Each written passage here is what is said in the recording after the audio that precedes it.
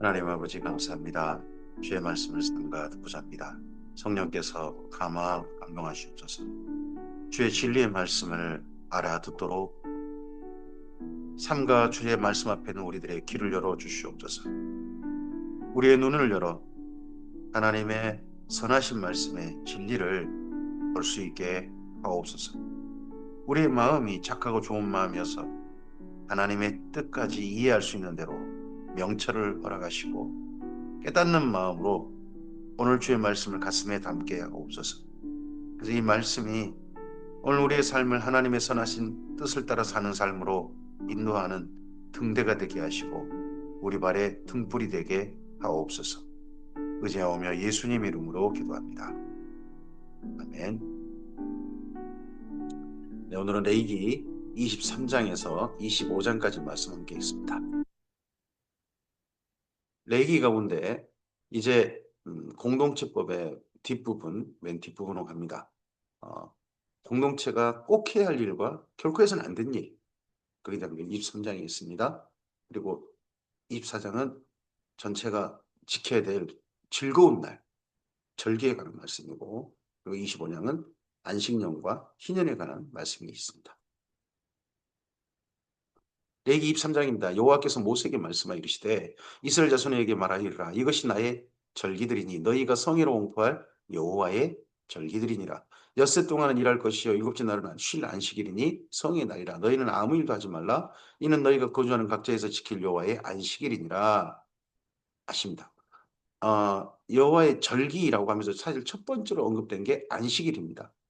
일주일마다 하루 만나는 그 안식일을 절기로 여기라. 성의 날이라 합니다. 이날 성의 날이다. 거룩한 모임의 날이다. 하는 표현이 이전 안식일 표현에는 있지 않습니다. 근데 여기 23장에서 성회 날이라고 합니다. 일찍이 이게 모세 때부터 주어졌다면 안식일을 쉬고 아무 일도 하지 말라 하면서 했던 앞에 있던 표현들과 어, 한 가지가 좀 더해진 게 되겠죠. 어쨌든지 성회로 모이게 된 것은 이스라엘 민족이 바벨론 포로 때 그때 회당이라는 문화가 생기면서 그때부터 보통 있습니다. 어쨌든지 그날 성의 날이고 아무 일도 하지 말라. 이것이 너희가 정한 때에 성회로 공포할 여호와의 절기들이니라. 제가 앞서서 맨 처음 이야기 시작할 때 거꾸로 이야기했습니다. 23장이 절기고 24장이 반드시 해야 할 일과 결코 해서는 안 될 일 이렇게 되어 있습니다. 첫째 달 열 나흔 날 저녁은 여호와의 유월절이요 이달 15째 날은 여호와의 무교절이니 이래 동안 너희는 무교병을 먹을 것이요 그 첫째 날에 너희가 성회로 모이고 아무 노동도 하지 말지며 너희는 이래 동안 여호와께 화제를 드릴 것이요 일곱째 날에도 성회로 모이고 아무 노동도 하지 말지니라 합니다. 이걸 유월절이라고 그러죠. 또는 유월절부터 해서 그다음 한 주간을 지키는 절기를 무교병을 먹는 절기 그래서 무교절 그러기도 합니다. 그런가 하면 이때 어, 처음으로 곡식을 거둡니다. 곡식을 거둬서 하나님께 드리니까 초실이라고 하죠. 초실. 첫 곡식. 처음 익은 곡식들. 그 곡식을 드리는 절기이기도 합니다. 여호와께서 모세에게 말씀하여 이르시되 이스라엘 자손에게 말하 이르라 너희는 내가 너희에게 주는 땅에 들어가서 너희 곡물을 거둘 때에 너희의 곡물의 첫 이삭 한 단을 제사장에게로 가져올 것. 이 첫 이삭에서 초실이라는 말이죠. 제사장은 너희를 위하여 그 단을 여호와 앞에 기쁘게 받으시면 되도록 흔들되 안식일 이튿날에 흔들 것이며 너희가 그 단을 흔드는 날에 1년 됐고 흠없는 순양을 여호와께 번제로 드리고 그 소재로는 기름 섞은 고운 가루 10분의 2 에바를 여호와께 드려 화제로 삼아 향기로운 냄새가 되게 하고 전제로는 포도주 4분의 1 흰을 쓸 것이며 전제는 액체를 부어드린 제사입니다. 액체. 너희는 너희 하나님께 예물을 가져오는 그날까지 떡이든지 볶은 곡식이든지 생이삭이든지 먹지 말지니 이는 너희가 거주하는 각지에서 너희 대대로 지킬 영원한 규례니라. 하나님께 드리고 나서 그 다음에 먹으라는 거죠. 안식일 이튿날 곧 너희가 요제로 곡식단을 가져온 날부터 세어서 일곱 안식일에 수요를 채우고 어, 초실부터 해가지고 일곱 안식일 그러니까 7, 7인 거죠. 7, 7. 그래서 77절이 이제 됩니다. 일곱 안식일 이튿날까지 합하여 50일을 계수하여 새 소재를 여호와께 드리되 77절 혹은 50일째 된다 그래서 오순절 그리고 거기 하나 더 이때 보리와 밀을 하나님께 감사로 드린다 그래서 맥주 감사절 이걸 수확함을 감사한다 그래서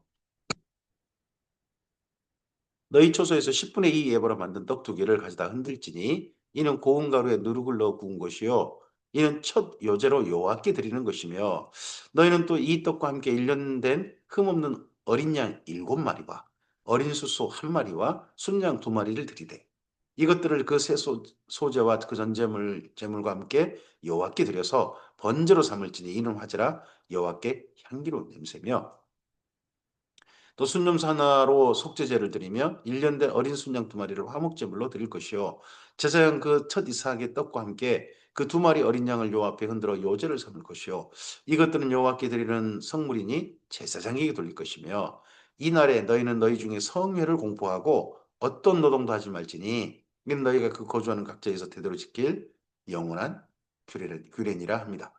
그래서 6월절이 있죠. 6월절 가장 먼저 있고 그리고 그로부터 50일 후 그때가 오순절 77절 맥주감사절입니다. 이때 50일 날이 이스라엘 민족이 6월 하고 난다. 6월절이 있고 6월 경험 후 출애굽이죠.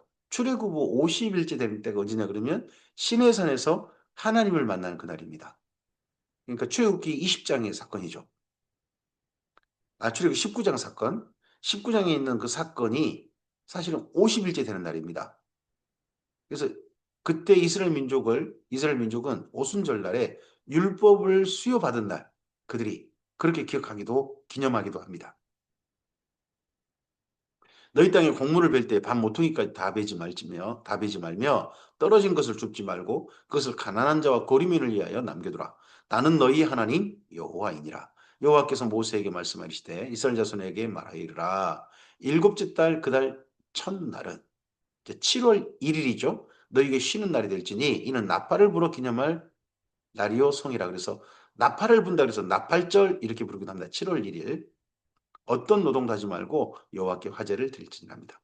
1월에 가장 먼저 6월절이 있고 초실절이 있고 네 무교절이 있습니다. 1월에 절기가 이때가 출애굽을 기념하죠.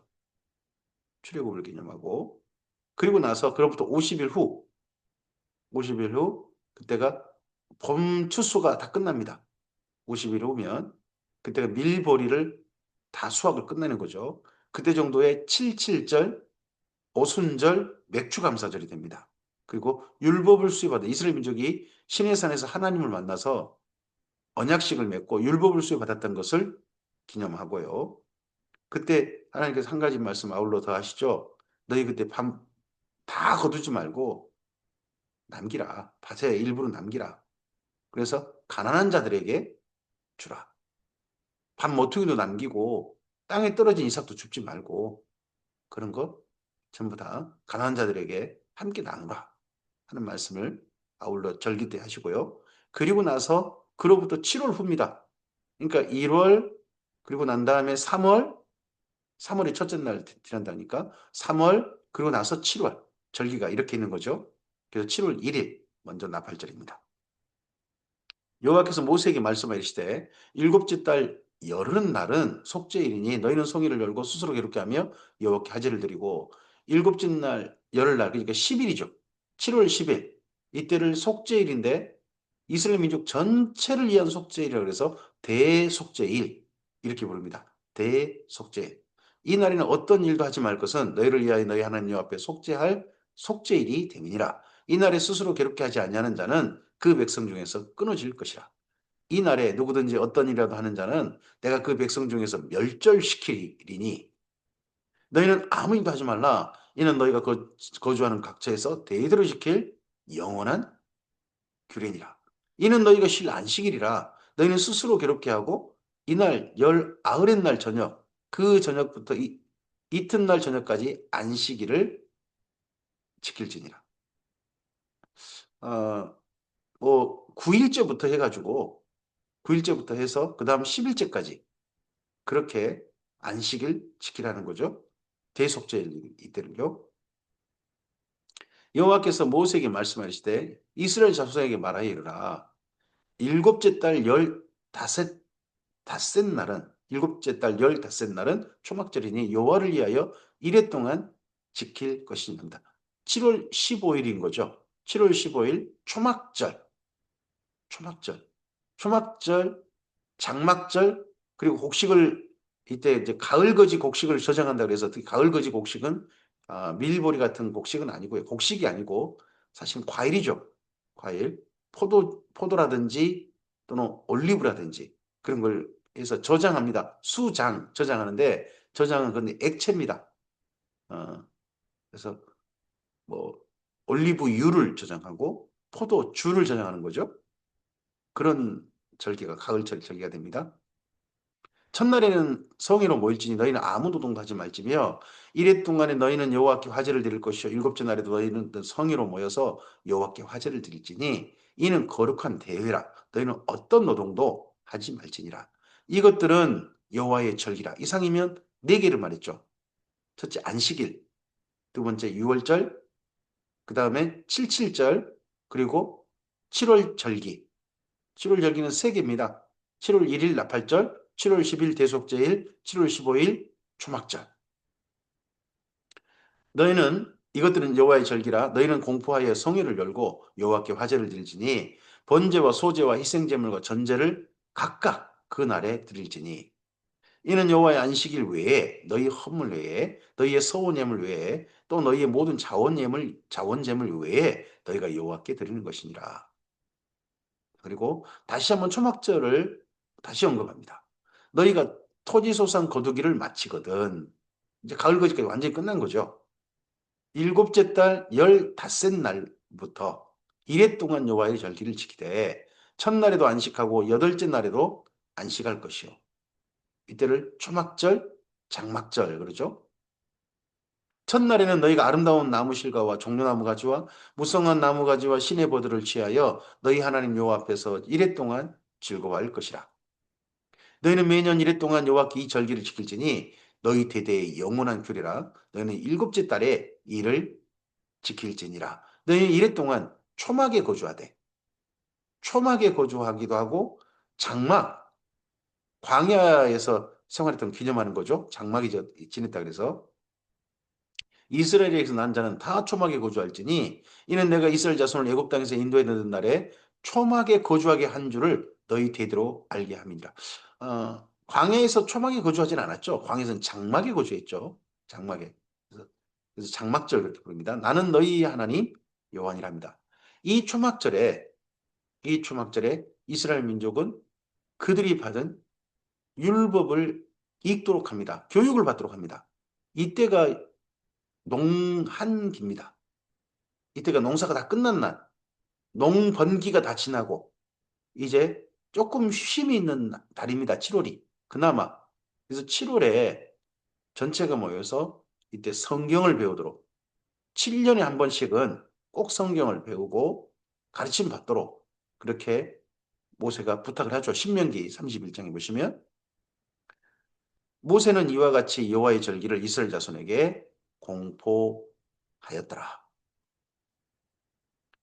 레위기 24장입니다. 여호와께서 모세에게 말씀하여 이르시되 이스라엘 자손에게 명령하여 불을 켜기 위하여 감람을 찌어낸 순기랑 기름을 내게로 가져오게 하여 계속해서 등잔불을 켜둘지며 여기 표현을 보실 때 계속해서 항상 반드시 이런 표현을 24장에서 기억해서 읽어보셔야 됩니다. 등잔불을 계속 켜두라. 아론은 해마간 증거계 휘장 밖에서 저녁부터 아침까지 여호와 앞에 항상 등잔불을 정리할지니 이는 너희 대대로 지킬 영원한 규례라. 이스라엘 민족이 지킬 절기라는데 사실은 제사장이 할 일입니다. 제사장이. 그는 여호와 앞에서 순결한 등잔대의 등잔들을 항상 정리할지니라.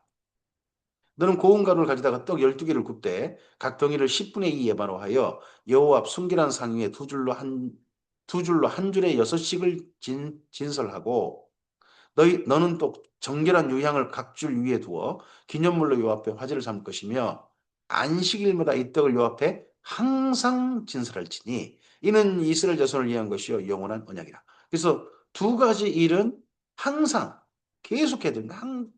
하나님과의 관계를 지속하는 두 가지 중요한 하나님께 드리는 그런 그들의 애절인 거죠. 하나는 예, 등잔불, 또 하나는 떡, 떡을 드리는 진설병. 이 두 가지는. 근데 진설병은 날마다가 아니고 일주일에 한 번, 안식일에 이렇게 하도록 했습니다. 이 떡은 아론과 그의 자손에게 돌리고 그들은 그것을 거룩한 곳에서 먹을지니 이는 여호와의 화제 중 그에게 돌리는 것으로서 지극히 거룩함이니라. 이는 영원한 규례라.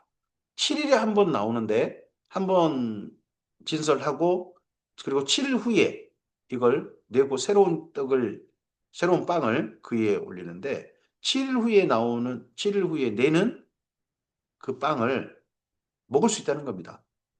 위생상 먹을 수 있게 그렇게 만드는 빵이겠죠. 우리는 7일이나 된 빵을 8일째 먹는다. 좀 그러잖아요. 근데 여기 이스라엘 민족은 그렇게 할 수 있도록 환경도 그러해요. 거기가 비교적 건기가 많아서 빵이 뭐 어떻게 부패하거나 그러지 않으니까요. 그리고 또 그렇지 않도록 굽는 빵으로 이렇게 만들어서 그렇게 내고 난 다음에 먹을 수 있게 하는 걸로 보입니다.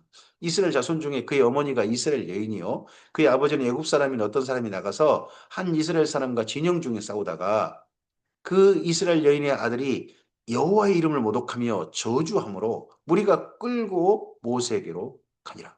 갑자기 이야기가 어, 전혀 반대된 이야기가 나옵니다.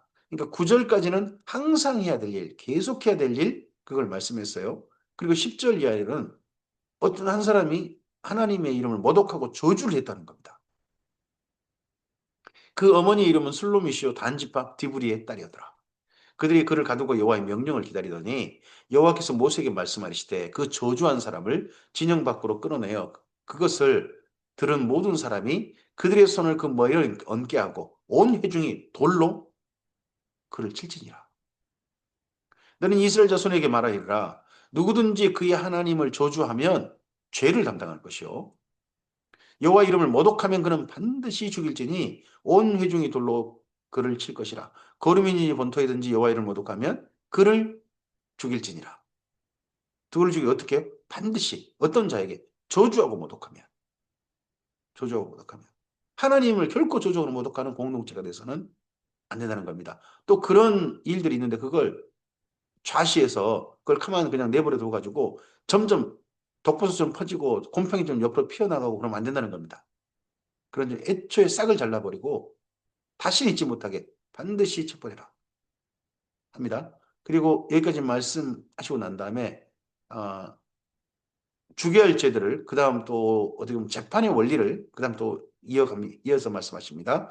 사람을 쳐 죽인 자는 반드시 죽일 것이요 짐승을 쳐 죽인 자는 짐승으로 짐승을 갚을 것이며 사람이 만일 그의 이웃에게 상해를 입혔으면 그가 행한 대로 그에게 행할 것이니 상처에는 상처로 눈에는 눈으로 이에는 이로 갚을지라 남에게 상해를 입힌 그대로 그에게 그렇게 할 것이며 짐승을 죽인 자는 그것을 물어줄 것이요. 사람을 죽인 자는 죽일지니 거류민에게든지 본토인에게든지 그 법을 동일하게 할 것은 나는 너희 하나님 여호와임이니라. 아, 반드시 죽일지를 말씀하고 난 다음에 똑같은 어떤 그다음에 재판의 원리를 이렇게 이야기를 아울러 붙여 있습니다. 앞서서도 그런 게 보였죠. 절기 때 곡식을 거둬서 하나님께 드리라 하는 그런 이야기 하시면서 곡식 반 모퉁이야. 그리고 떨어진 이삭은 죽지 말고 가난한 자들 배려해라. 이런 말씀이 아울러 붙어 있지 않습니까? 그래서 어, 본래 말씀에 그다음에 그 말씀과 연결해서 생각할 수 있는 그런 말씀들이 일부 이렇게 붙어서 또 말씀이 어떻게 보면 드려진 이스라엘 민족이 계명으로 받아 있는 게 여기 레위기에 곳곳에 보입니다.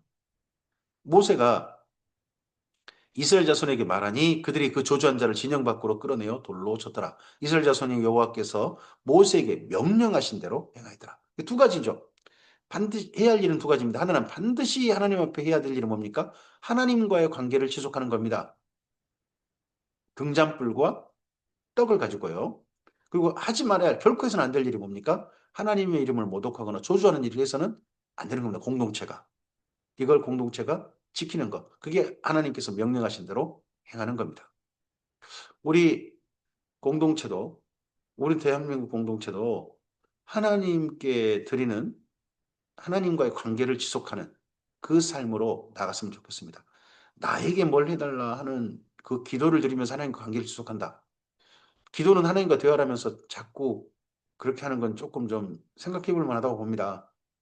하나님께서는 오늘도 우리에게 임재하시고 우리의 삶 속에서 우리를 성전 삼으셔서 주님의 나라로 살기를 원하십니다. 나라와 제사장으로 거룩한 백성으로 살기를 원하십니다. 그렇다면 주의 말씀이 우리 가운데 육신이 되어 예수님을 나타내셨던 것처럼 이제는 주의 말씀이 우리 속에서 우리의 삶 속에서 실현되어져서 우리 말씀이 주의 말씀이 우리 삶 속에 인카네이션하는 그런 삶을 사는 것 그것이야말로 하나님과 동행하는 날마다 해야 될 우리의 일들이 아니겠습니까?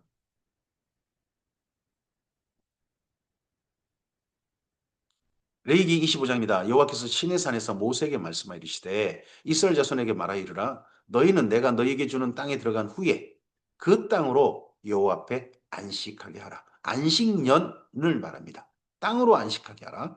너희는 6년 동안 그 밭에 파종하며 6년 동안 그 포도원을 갖고 그 소출을 거둘 것이나 일곱째 해에는 그 땅이 쉬어 안식하게 할지니 여호와께 대한 안식이라. 너는 그 밭에 파종하거나 포도원을 가꾸지 말며 내가 거둔 후에 자란 것을 거두지 말고 가꾸지 아니한 포도나무가 맺은 열매를 거두지 말라. 이는 땅의 안식년이니라.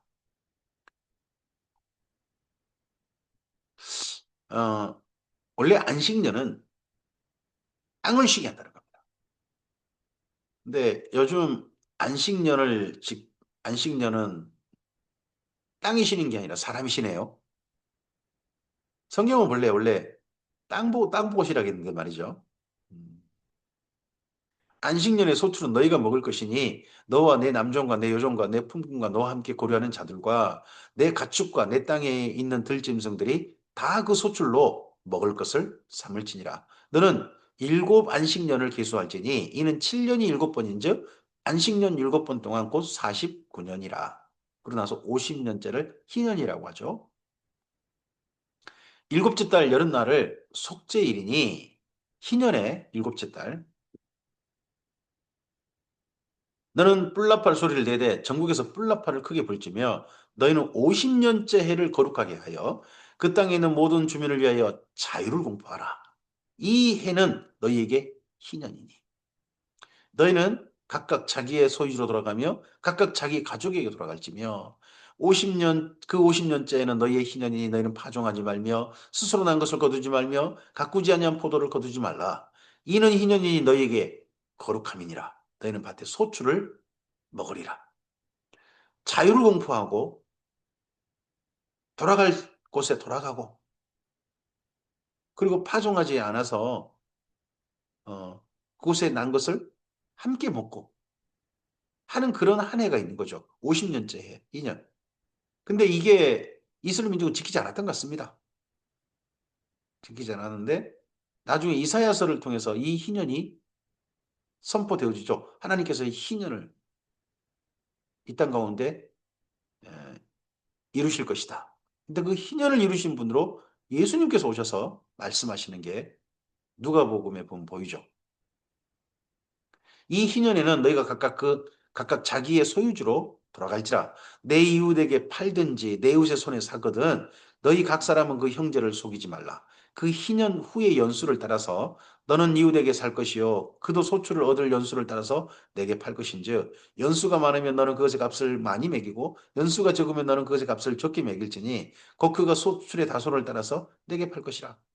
이렇게 하나님께서 뭐 희년을 따라서 각각 가격도 달라지고 이런 것들을 다 말씀하셨는데 이게 유명무실해진 거죠.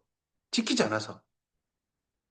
좋은 법을 마련했다 할지라도 그걸 지키지 않으면 그 법의 정신을 살리지 못하면 유명무실해지는 거죠.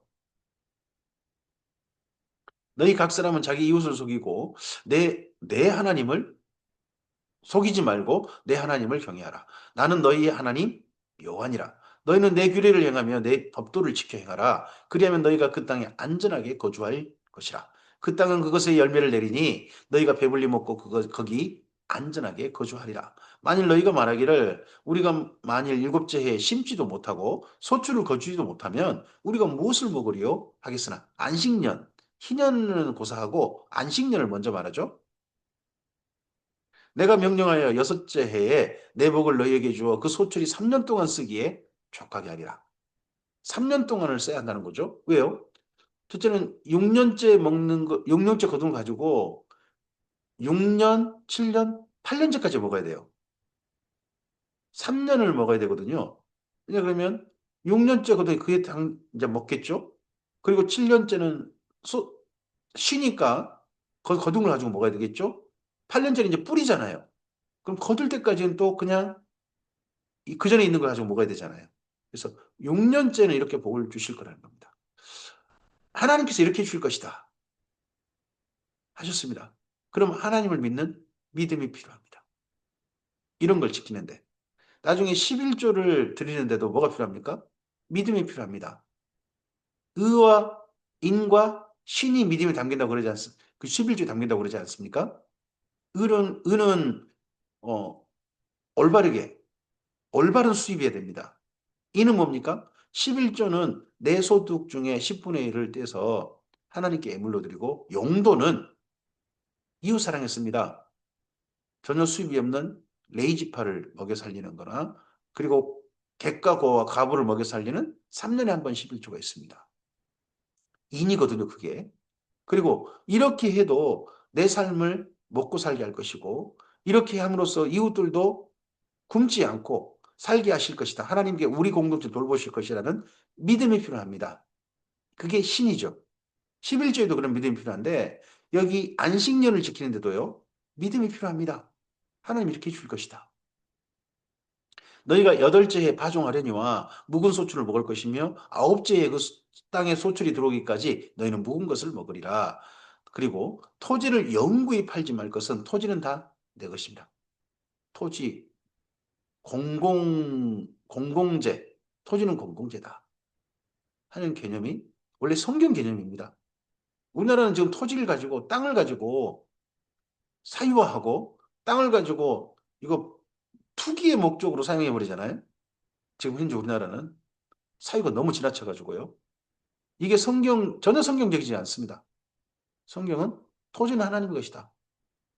토지 가격이 안정되게 하시는 것 하는 것도 하나님의 여기 희년과 안식년 속에 담겨 있습니다. 너희는 거류민이여 동거하는 자로서 나와 함께 있느니라. 너희 기업의 온 땅에서 그 토지 무르기를 허락할지니 만일 내 형제가 가난하여 그 기업 중에서 얼마를 팔았으면 그에게 가까운 기업 물을 자가 와서 그 형제가 판 것을 물을 것이요. 다시 판 것을 사줘가지고 다시 그 땅을 농사할 수 있도록 도와주라는 거죠. 이렇게 하는 것을 실제 했던 예가 룻기죠. 룻기. 만일 그것을 물을 사람이 없고 자기가 부유하게 되어 물을 힘이 있으면 그 판회를 계수하여 그 남은 값을 산자에게 주고 자기 소유주로 돌릴 것이니라. 그러나 자기가 물을 힘이 없으면 그 판 것이 희년에 이르기까지 산자의 손에 있다가 희년에 이르러 돌아올지니 그것이 곧 그의 기업으로 돌아갈 것이니라. 희년째에는 다시 그 팔렸던 밭, 그걸 자기 밭으로 받을 수 있다. 거의 대가 없이 받을 수 있는 것처럼 이야기하고 있죠.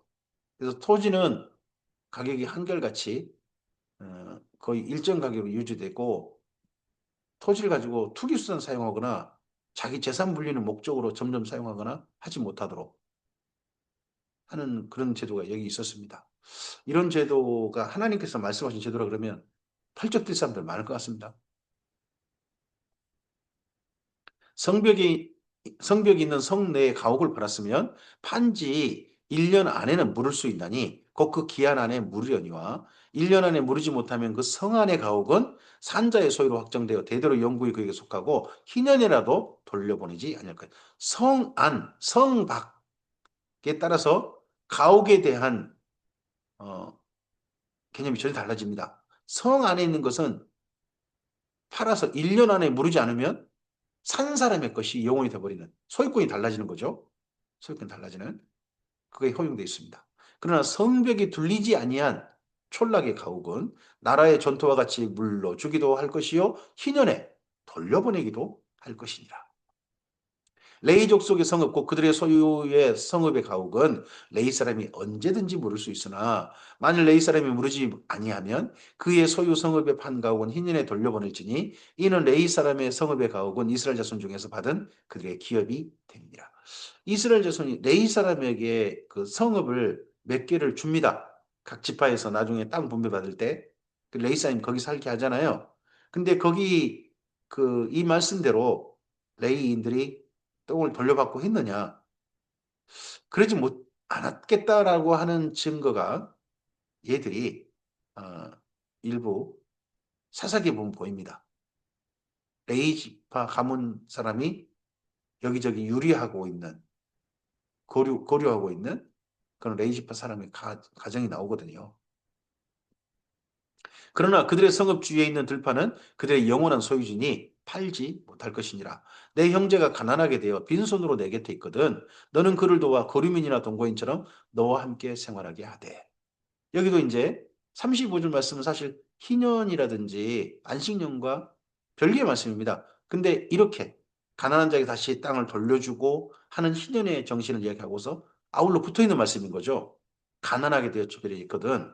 동거에 함께 생활하게 하되 너는 그에게 이자를 받지 말고 내 하나님을 경외하며 내 형제로 너와 함께 생활하게 할 것인즉 너는 그에게 이자를 위하여 돈을 꿔주지 말고 이자를 위하여 내 양식을 꿔주지 말라. 나는 너희 하나님이 되며 또 가나안 땅을 너희에게 주려고 애굽 땅에서 너희를 인도하여 낸 너희 하나님 여호와이니라. 너와 함께 있는 내 형제가 가난하게 되어 내게 몸이 팔리거든 너는 그를 종으로 부리지 말고 품꾼이나 동거인과 같이 함께 있게 하여 희년까지 너를 섬기게 하라. 종으로 산 경우는 희년을 꼭 기억해라. 아십니다. 그때는 그와 그의 자녀가 함께 내게서 떠나 그의 가족과 그의 조상의 기업으로 돌아가게 하라. 계속 네 집에 종으로 들고 네 소유물을 두지 말고 돌아가게 하라. 우리에게 이런 정신을 하나님께서 요구하셨다. 우리의 지키도록 하셨다. 하는 것들이 우리의 기억 속에, 우리의 삶 속에 특히 우리가 가지고 있는 어떤 소유 개념, 재산이라든 이런 것들을 관리할 때 이 정신을 좀 기억을 우리가 해야 되지 않을까 싶습니다. 그들은 내가 애굽 땅에서 인도해 낸 내 종들이니 종으로 팔지 말 것이라.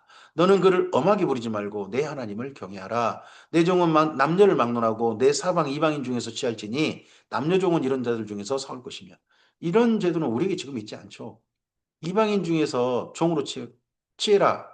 설마 이런 말씀 가지고 우리나라에 와 있는 그 외국인들 노동자들을 종처럼 취급하고 해버린다면 뭐좀 심각한 잘못된 오해한 해석이 되겠죠. 오해한 적용이 되겠죠. 또 너희 중에 거류하는 동거인들의 자녀 중에서도 너희가 사올 수 있고 또 그들이 너희와 함께 있어서 너희 땅에서 가정을 이룬 자들 중에서도 그리할 수 있은즉 그들이 너희의 소유가 될지니라. 이건 그 당시 법입니다. 지금으로부터 3,500년 전 그때 법인 거고 우리는 다른죠. 너희는 그들을 너희 후손에게 기업으로 주어 소유가 되게 할 것이라. 이방인 중에서는 너희가 영원한 종으로 삼으려니와 너희 동족 이스라엘 자손은 너희가 피차음하게 부리지 말지니라. 만일 너와 함께 있는 거류민이나 동거인은 부유하게 되고 그와 함께 있는 내 형제는 가난하게 되므로 그가 너와 함께 있는 거류민이나 동거인 또는 거류민의 가족의 후손에게 팔리면 이스라엘 민족이 어떤 굴러온 돌인 외국인들에게 다른 이방 사람한테 팔려버린 경우가 있다면 그가 팔린 후에 그에게는 속량받을 권리가 있나니 그의 형제 중 하나가 그를 속량하거나 값을 지불해서 해방시켜주는 거죠. 속량. 또는 그의 삼촌이나 그의 삼촌의 아들이 그를 속량하거나 그의 가족 중 그의 살부치 중에서 그를 속량할 것이요 그가 부유하게 되면 스스로 속량하되 자기 몸이 팔린 해로부터 희년까지 그 산자와 계산하여 그 연수를 따라 그 몸의 값을 정할 때에 그 사람을 섬긴 날을 그 사람에게 고용된 날로 여길 것이라. 만일 남은 해가 많으면 그 연수대로 팔린 값에 속량하는 값을 그 사람에게 도로 주고 합니다. 이 속량, 노예로 팔린 자들을 값을 지불하고 사서 다시 자유케 하는 하는 이 제도를 예수님께서 우리에게 행해 주신 은혜로 연결되죠. 이 속량이 우리는 어떤 사람에게 팔리거나 하지는 않습니다. 하지만 죄에 팔려버렸죠. 죄에 팔려서 하나님의 진노 아래 우리가 어느덧 머무르는 죄인이 되고 말았습니다. 그러한 우리들을 예수님께서 자신을 값으로 지불하셨습니다. 그 값을 지불하셔서 우리를 죄로부터 팔린 우리를 속량하셨습니다. 다시는 죄의 노예가 되지 않도록 속량해 주셨습니다. 그러면서 성경은 우리에게 말씀합니다. 그랬으니까 우리가 다시는 죄를 짓지 말자. 이런 말씀을 하는 게 보입니다. 이렇게 속량됐는데 또 가족들이 주변의 친지들이 이렇게 자기를 속량해 줬는데 또 누구한테 또 팔리는 그런 일들을 한다면 힘쓰고 애써서 속량했던 그 가족들이 얼마나 허무하겠습니까?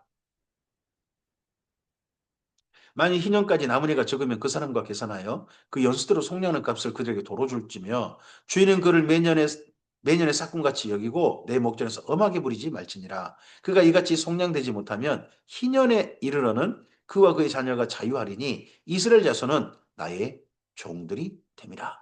그들은 내가 애굽 땅에서 인도해낸 내 종이요 나는 너희 하나님 여호와니라. 이스라엘 민족과 하나님 사이의 관계의 표현 중엔 여러 개가 있습니다. 하나님과 이스라엘 민족 사이는요, 언약의 대상이 됩니다. 언약의 대상이 되기도 하고, 하나님께서 이스라엘 민족을 백성 삼으셨습니다. 하나님은 이스라엘 민족의 왕이시죠. 그리고 하나님은 이스라엘 민족의 주인이십니다. 우리 이스라엘 민족은 종인 거죠. 그와 함께 하나님께서는 이스라엘 민족은 신랑이 되십니다. 이스라엘 민족은 하나님의 신부가 되요 여인이 됩니다. 그리고 하나님은 이스라엘 민족의 아버지십니다. 이스라엘 민족은 하나님의 자녀가 됩니다.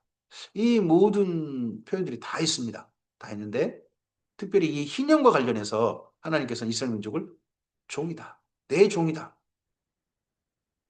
그러니까 하나님께 소유된 거니까 다 하나님의 소유니까 너희가 하나님의 소유된 사람들을 함부로 하지 마라.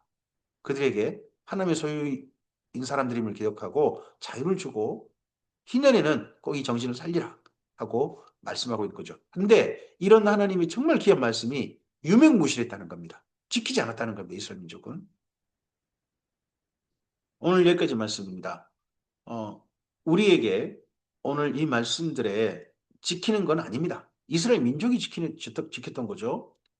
하지만 그 말씀의 정신 그리고 분명히 해야 될 일도 또 우리에게 보입니다. 하나님 앞에 즐거운 날들이 우리에게 있어야 될 것입니다. 신앙생활은 어, 엄숙하고 진지하고 뭐 그런 것도 필요할 수도 있겠죠. 근데 아울러 하나님께 이스라엘 민족은 즐겁길 원했습니다. 즐거운 날 아니겠습니까? 즐거운 그런 날이 절기가 됩니다. 곧 성탄절인데 즐거운 날이었으면 좋겠습니다. 하나님 안에서. 그리고 꼭 해야 될 일이 있습니다. 또 해서는 안 될 일들이 있습니다. 우리가 성도로서 주의 백성으로서 그러한 것들을 또한 우리의 삶의 기준으로 삼아야 될 것입니다. 그리고 안식년과 희년 내가 쉬고 뭐 내가 자유하고 그런 것 쪽에 자꾸 초점 맞추지 말고 다른 사람을 자유하게 하고 다른 사람을 쉬게 해주고 그러한 정신이 여기 안식년과 희년에 있음을 기억했으면 좋겠습니다. 예수님께서 우리에게 안식년이 되셨습니다. 우리를 안식하는 땅으로 불러주셨습니다. 아들의 나라로 옮겨주셨습니다. 그리고 예수님은 우리의 희년이 되셨습니다. 우리를 자유케 하시고 우리를 속량하셨습니다. 하나님의 자녀로 되돌려 주셨습니다. 그렇다면 이제 우리 또한 그런 예수님의 사랑을 따라서 이 땅에 우리 사랑하는 사람들에게 그들이 안식할 수 있도록 그들에게 희년의 기쁨이 임하도록 돕는 또한 우리의 삶이었으면 좋겠습니다. 주의 선하신 은혜가 이 말씀을 따라 삶을 하나님의 백성으로 살고자 하는 모든 주님의 사람들에게 풍성하게 임하기를 소원합니다. 주께서 함께 하실 것입니다. 감사합니다.